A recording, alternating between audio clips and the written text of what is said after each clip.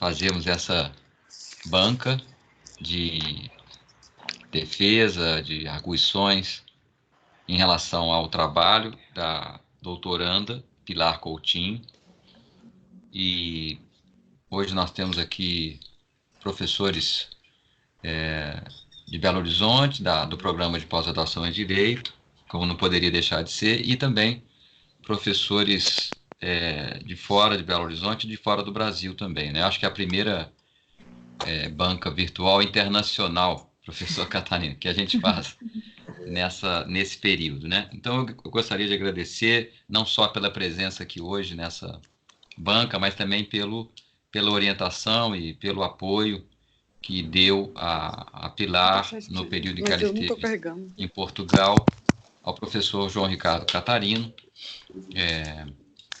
que hoje poderá, além de manifestar a sua avaliação sobre o trabalho, falar mais um pouco também de como isso se desenrolou, né? Como essa parceria entre os programas de pós-graduação nossa aqui da PUC e dele em Lisboa, como isso funcionou.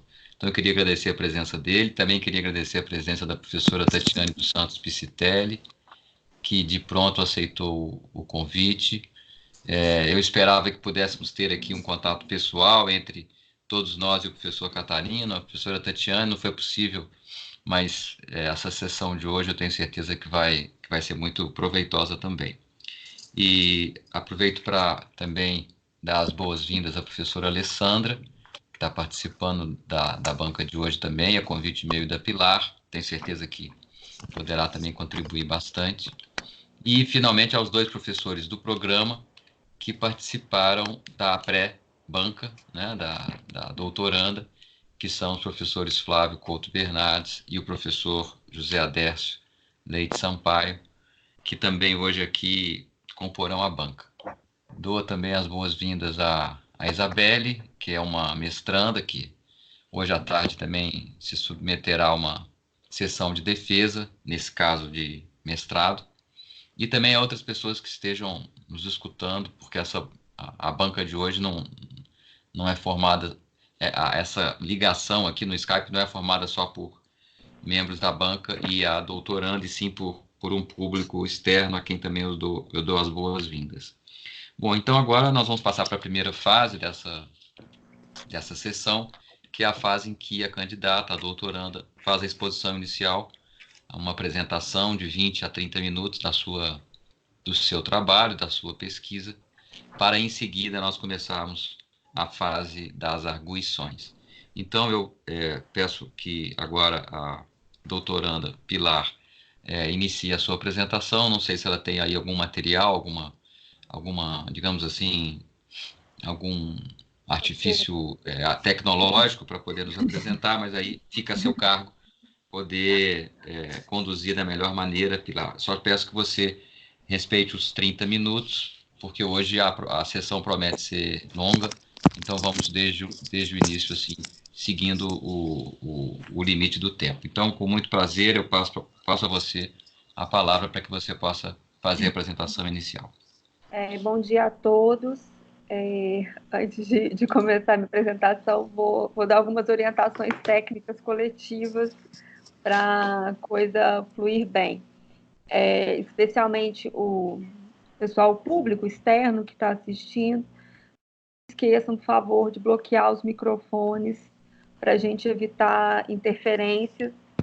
E o Skype ele tem um sistema que quando você faz barulho, a tela puxa para você. Então, se você não estiver participando do debate, peço a gentileza de bloquear o microfone. É um procedimento simples, é só apertar o microfoninho aí em algum lugar na sua tela, ele vai ser imediatamente bloqueado.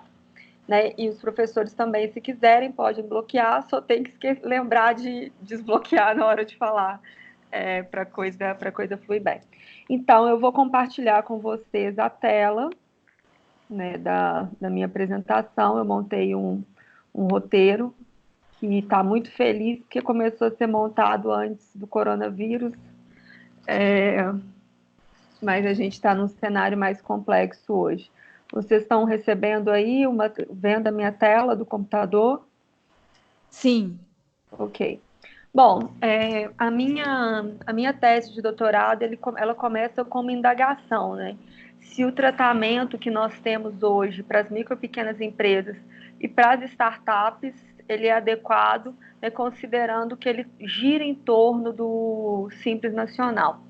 Essa análise foi feita com uma comparação com o sistema português, com recomendações da OCDE e do BID, especialmente focado na tributação da renda e das contribuições especiais, as contribuições previdenciárias. Bom, qual que foi o ambiente em que eu considerei esse estudo, né? Um conjunto de mudanças das dinâmicas sociais, de trabalho, de emprego, um estímulo ao empreendedorismo, ao mesmo tempo conexo com pejotização, com uberização do mundo, né? A pejotização é o fenômeno pelo qual as pessoas se tornam CNPJs, né? Pessoas coletivas artificialmente, ou não, a uberização, né, ligada a essa precarização das relações de trabalho, e também a relevância e o crescimento da importância na inovação da nossa sociedade, que deixa de ser realizado exclusivamente em ambiente industrial por grandes empresas e passa a ser realizado por outras dinâmicas.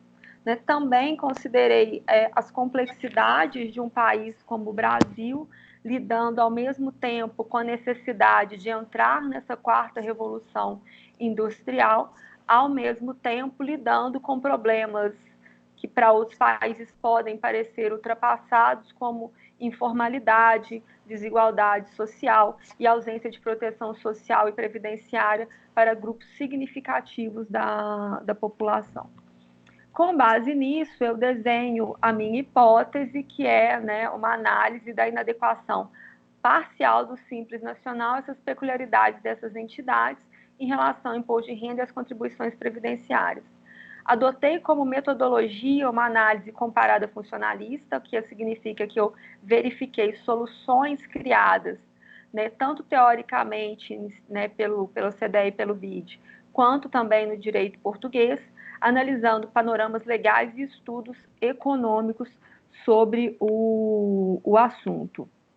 Né? Bom, qual que foi, assim, né, já passando por um panorama mais específico do ambiente brasileiro, o que eu analisei em relação a motivos, legitimação do Simples Nacional? Né, a necessidade de criação de emprego, a existência de falhas de mercado, o problema significativo da informalidade, a nossa necessidade de desenvolvimento econômico, redução do custo de conformidade, já que a gente tem um sistema tributário muito complexo. Isso se revela em impactos em termos do custo de cumprir com as obrigações tributárias, não apenas o próprio valor das obrigações tributárias, a necessidade de inclusão social.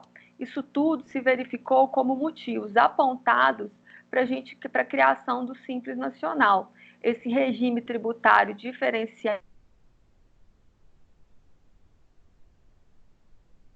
empresas em que existe uma apuração unificada de diversos tributos, ok? O que simplifica, sem dúvidas, o cumprimento das obrigações acessórias.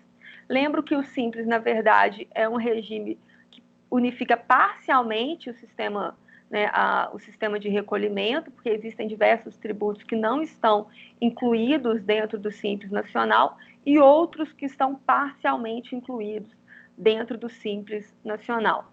Quando você vê boa parte dos estudos, né, o estado aí da arte sobre o Simples Nacional, a gente vê que existe uma significativa valorização em sede de discurso do regime especial, embora na hora que você começa um estudo mais aprofundado da bibliografia, você vê algumas deficiências sérias nessa análise.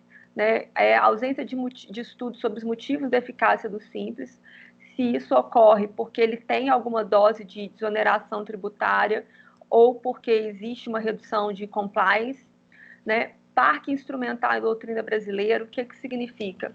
O que existe de doutrina brasileira sobre o Simples Nacional são muitas análises superficiais de como utilizar a legislação. né, alguns regulamentos comentados, mas não existe um acompanhamento de como esse regime opera, pouca análise também de jurisprudência integrada com a análise da legislação, considerando que é um regime de política pública, deveriam existir estudos interdisciplinares, né, ligando direito, economia, infelizmente não existe, né? Não existem também estudos sobre as distorções sistêmicas do Simples Nacional, porque é um regime que ele se coloca integrado e não integrado com outros regimes, não é? Uma empresa, ela hoje em dia, dependendo da faixa dela, ela pode estar dentro do Simples e fora do Simples. E existem tributos que estão dentro do Simples e fora do Simples. Isso, em sede de integração com o sistema tributário nacional, gera distorções que são pouquíssimo estudadas, além dos impactos não só em termos de sistema tributário, mas também em termos de arrecadação, finanças públicas e questões previdenciárias. Né? As revisões sugeridas, né, são sempre em relação à tributação sobre o consumo, dado as peculiaridades, claro, da tributação sobre o consumo no Brasil, não é?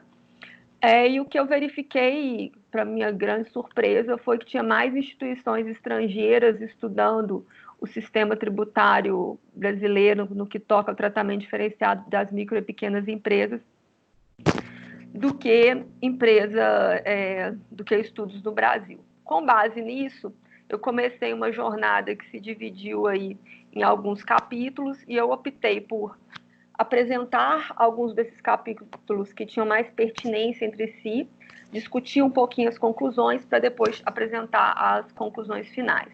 Bom, no primeiro capítulo da tese eu estudei o Simples Nacional enquanto política tributária. O que eu verifiquei? Uma crise de identidade do regime. Por que uma crise de identidade do regime? Primeiro, não se sabe para que criou o Simples. Né? Você, então, portanto, não tem parâmetros de controle da sua eficácia. Existência de significativos lobbies com a expansão do regime, o que gera, não uma discussão se a gente deve ou não deve ter um tratamento diferenciado, mas de que tipo de tratamento diferenciado a gente tá tratando. Né? Dificuldade de integração com outros regimes, uma ausência de clareza histórico-legislativa da política. Cada hora a política serve para uma finalidade, né? Já foi redução da informalidade, hoje em dia combater o custo de estar no lucro real ou no lucro presumido, considerando aí a complexidade do sistema tributário nacional. Como a gente não tem essa clareza, fica muito difícil a gente até controlar se o regime está atingindo os seus objetivos e também entender quais características desse regime geram esses efeitos, né? Os estudos econômicos sobre o assunto também têm dificuldade de averiguação, embora sejam muito poucos, sobre qual característica do Simples gera qual efeito desejado e pretendido. Bom, apresentado o Simples, partir para uma análise da necessidade ou não de um tratamento diferenciado das micro e pequenas empresas, para entender melhor quem são essas micro e pequenas empresas, até para poder compreender que tratamento diferenciado seria necessário para essas micro e pequenas empresas. E aí verifica-se, né, que o BID, o Banco Interamericano, tem uma visão talvez mais conexa com o lado dos países, né, da América Latina, né, que lidam com problemas muito diferentes dos problemas dos membros do geral dos membros da OCDE,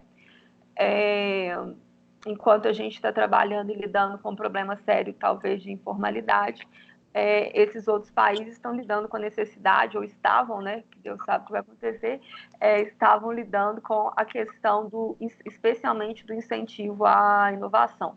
Verifica-se, né, que existe um conjunto de características típicas quando você fala em direcionar um tratamento diferenciado para as micro e pequenas empresas, como a relevância econômica delas, social, elas empregam, né, elas acolhem, né, vários grupos minoritários, mas essa dificuldade conceitual ela acaba impactando aí na dificuldade de delimitar que tipo de regime diferenciado a gente vai adotar. E, sem dúvidas, essa diferença aí entre o BID, né, e a OCDE tem a ver com isso. Eles estão partindo de conceitos diferentes do que são micro e pequenas empresas. Né, o BID está levando mais em consideração o microempreendedor, a pequena empresa mesmo, a questão da informalidade, enquanto a OCDE está levando maior consideração a questão de você entrar aí nessa quarta revolução industrial, garantindo um ambiente competitivo através da inovação.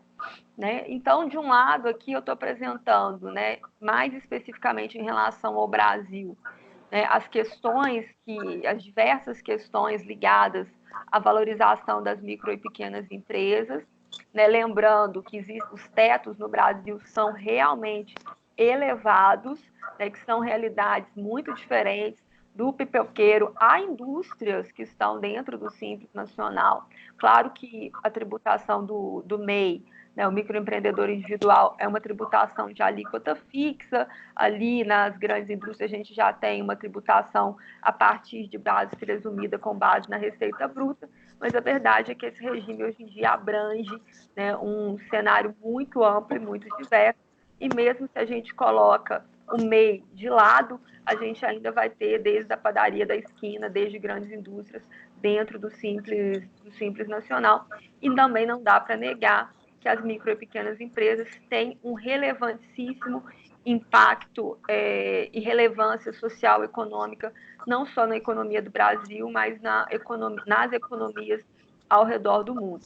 Ao mesmo tempo, quando você cria um sistema tributário diferenciado, você cria uma série de problemas, né? Desde a renúncia fiscal, né? Como problema da focalização, achar a quem você direciona esse regime, impactos previdenciários, porque não é uma recomendação, especialmente da OCDE, mas a verdade é que para trazer as pessoas para dentro do sistema previdenciário, a gente tem feito uma desoneração tributária significativa, cujos impactos futuros são previsíveis, mas ao mesmo tempo ignorados. Peço de novo, né, desculpa quem estiver entrando para bloquear o microfone, por favor. Né, a ausência de mecanismos de controle, é muito difícil controlar, né, as burlas para adesão a regimes tributários diferenciados. Isso é indicado pelas instituições internacionais, né, e no Brasil é flagrante, né, os dados que a gente coletou, a entrevista que a gente fez, ficou muito claro que, né, os controles são superficiais, né, o que gera, inevitavelmente, sonegação, além, obviamente, de quebra de neutralidade. Empresas aí se estruturando, de certa maneira, para estar dentro do regime, né, diz respeito a regras de concorrência e por aí vai. Esse cenário geral, ele só deixa claro que criar uma solução é complexo e se torna ainda mais complexo no momento histórico específico que a gente está vivendo, que é o momento em que nós tivemos que fechar as portas das micro e pequenas empresas, né, a despeito da relevância social e econômica que elas têm para passar por essa pandemia global que, de certa maneira, reforça e marca tanto a relevância delas quanto as fragilidades. Na hora que a gente faz uma análise comparativa aí entre Brasil e Portugal, a minha conclusão aí ao longo do meu estudo foi que Portugal, na medida em que tem um conjunto de medidas tanto voltado para esse microempreendedor que é trabalhado com base presumida, né, o que gera uma significativa simplificação, como medidas para receber as micro e pequenas empresas dentro do sistema geral, como alíquotas favorecidas, aproveitamento favorecido de prejuízo, deduções diferenciadas. Ele está, ao mesmo tempo, aí, seguindo as orientações do BID, quanto da OCDE e o Centro de Estudos Econômicos, que aqui está escrito em alemão, mas eu não vou pronunciar em alemão. Ao mesmo tempo, o Brasil, né, ele, de certa maneira, pegou o sistema, não pegou o sistema, que é uma criação, de certa maneira, própria, mas ele reflete o sistema do BID, que recomenda bases presumidas, mas extrapola, porque a recomendação do BID é que esses sistemas com bases presumidas sejam realmente focadas naquelas entidades que, de outra maneira, estariam dentro da informalidade, ok? Diante desse cenário geral, nos capítulos seguintes, eu fui analisar as alternativas de tributação da renda e as relações de trabalho e contribuições previdenciárias. Nesses capítulos, o que se percebe? Em relação à tributação da renda, existe aí um significativo debate teórico sobre se é um mecanismo ou não adequado para o estímulo às micro e pequenas empresas, não só estímulo, mas como acolhimento das suas peculiaridades, com posições até bem intensas nos dois sentidos, né? Reconhecendo aí que, sem dúvida, se você tiver tratamento diferenciado para a tributação da renda, você vai ter problemas em termos de estruturações societárias para levar esse tratamento diferenciado. Estímulo, né, a uma forma ou a outra, ou seja, uma significativa quebra de neutralidade. O que no Brasil, né, considerando aí que não se observa, de certa maneira, nem o BID, porque o regime tributário diferenciado do BID seria muito mais restrito, nem a OCDE, o resultado, e aí são apresentados dados ao longo da tese, é um estímulo à pejotização, especialmente o MEI, que está ligado também à questão das relações de trabalho e das contribuições previdenciárias. Quando a gente chega nesse capítulo 5, a gente vê que existiu um certo abuso na política extrafiscal em relação às contribuições previdenciárias, com uma renúncia do MEI muito pesada, muito alta, o que não só pode ter trazido pessoas da informalidade, quanto certamente, pelos dados apresentados, trouxe pessoas que realmente poderiam estar recolhendo contribuição previdenciária regularmente para dentro do MEI, através aí desse tipo de estruturação do trabalho. Por outro lado, não o governo, né, nenhum governo, pelo que eu levantei, faz qualquer estudo, né, sobre um controle de médio e longo prazo da expansão do MEI e a expansão correlata dessa renúncia. Né? O Simples Geral, né, da microempresa e da empresa de pequeno porte, também tem uma renúncia previdenciária que vem se expandindo, e também os dados indicam que esse é um dos motivos mais fortes da criação, da expansão do Simples Nacional ao longo dos anos, o que acaba inevitavelmente sendo comparado com o sistema que Portugal adotou nesse ponto, em que existem certas desonerações de contribuições previdenciárias em casos muito específicos para jovens desempregados, para contratação de jovens e desempregados, e ao mesmo tempo também para se garantir aí uma dinâmica, né, em que você dê oportunidade, mas sempre de maneira temporária. Nesse gráfico aqui, eu apresento para vocês a evolução do Simples Nacional, né, ao longo dos anos, dos optantes, e a gente começa a ter um crescimento mais drástico, ligado possivelmente à criação do MEI, e ao mesmo tempo à crise econômica que nós vamos enfrentando desde 2014. Uma renúncia previdenciária drástica, por um lado, e uma inviabilidade fática do MEI, já que para arcar com 1 ano de benefício do MEI com base nos dados atuais, seriam necessários 22 anos de contribuição da contribuição que eles ofertam hoje. Bom, após esse levantamento, vamos dizer assim, dos problemas intrínsecos do Simples Nacional, né, essa ausência de dados, essa crise de focalização, a ausência de acompanhamento, a possibilidade aí de estruturações societárias para burla aí dos tetos criados, né, etc., nós começamos a tentar olhar para o futuro. E para tentar olhar para o futuro, foi necessário, a gente quis espiar, né, as micro e pequenas empresas inovadoras, que são conhecidas como startups, para entender se o Simples Nacional acolhe ou não acolhe essas entidades.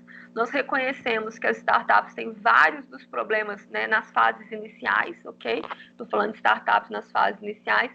Tem vários dos problemas típicos das micro e pequenas empresas e outros que vêm do fato que elas vão estar lidando com inovação e potencial de escalabilidade, de crescimento drástico. Então, diante aí, né, da pequena empresa, ela ainda vão ter os problemas de prejuízo, de fragilidade econômica, mas como estão lidando com pesquisa e desenvolvimento de negócios, de produtos, de softwares, elas também vão trabalhar num âmbito de extrema incerteza, de pesquisa de longo prazo, que vai demandar rodadas de investimento. E talvez aí esteja o ponto em que a gente vai reconhecer que são regimes, né, o Simples não nasce para esse novo tipo de atividade inovativa, né?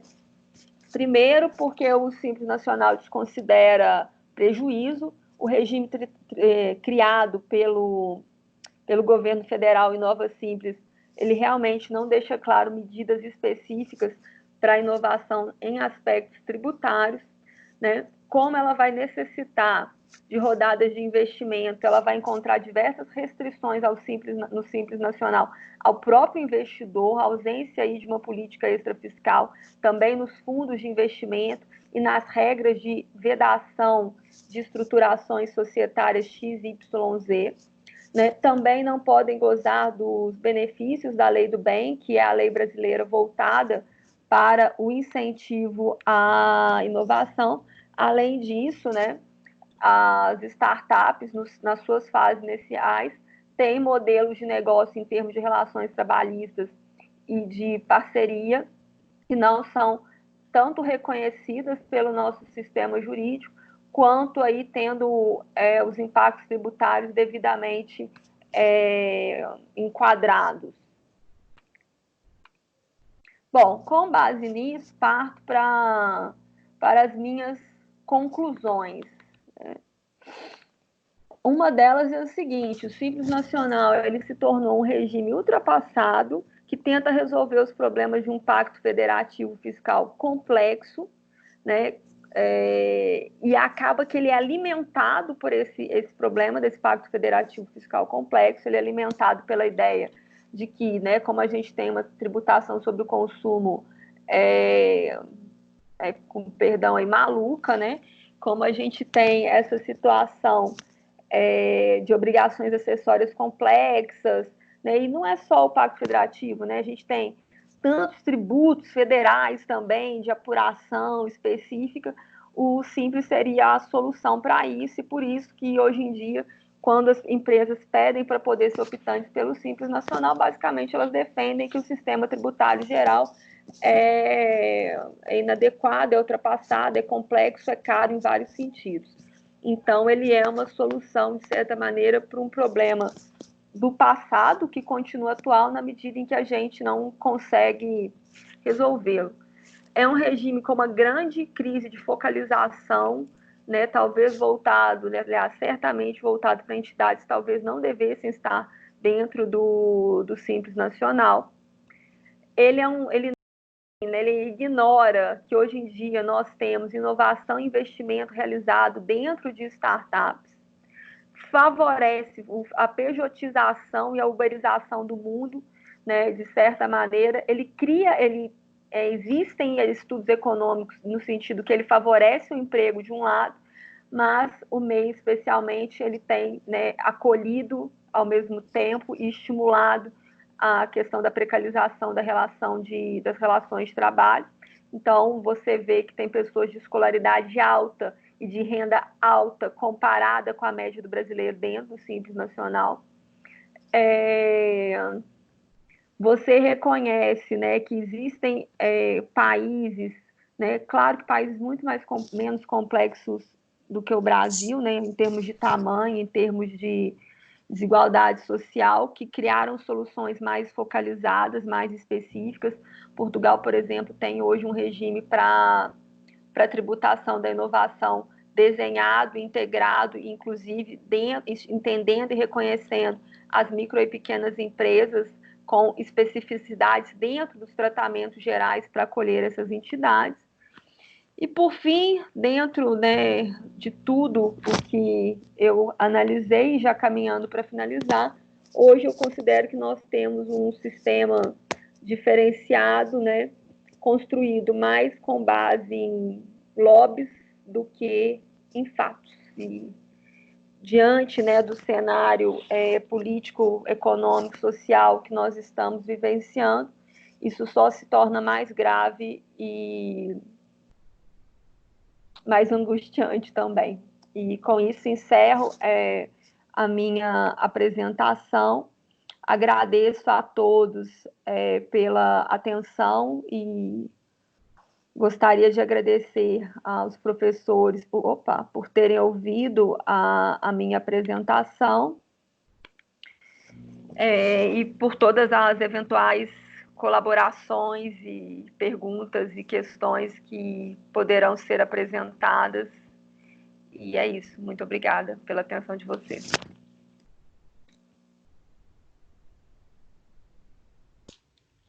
Obrigado à doutoranda Pilar pela sua apresentação inicial.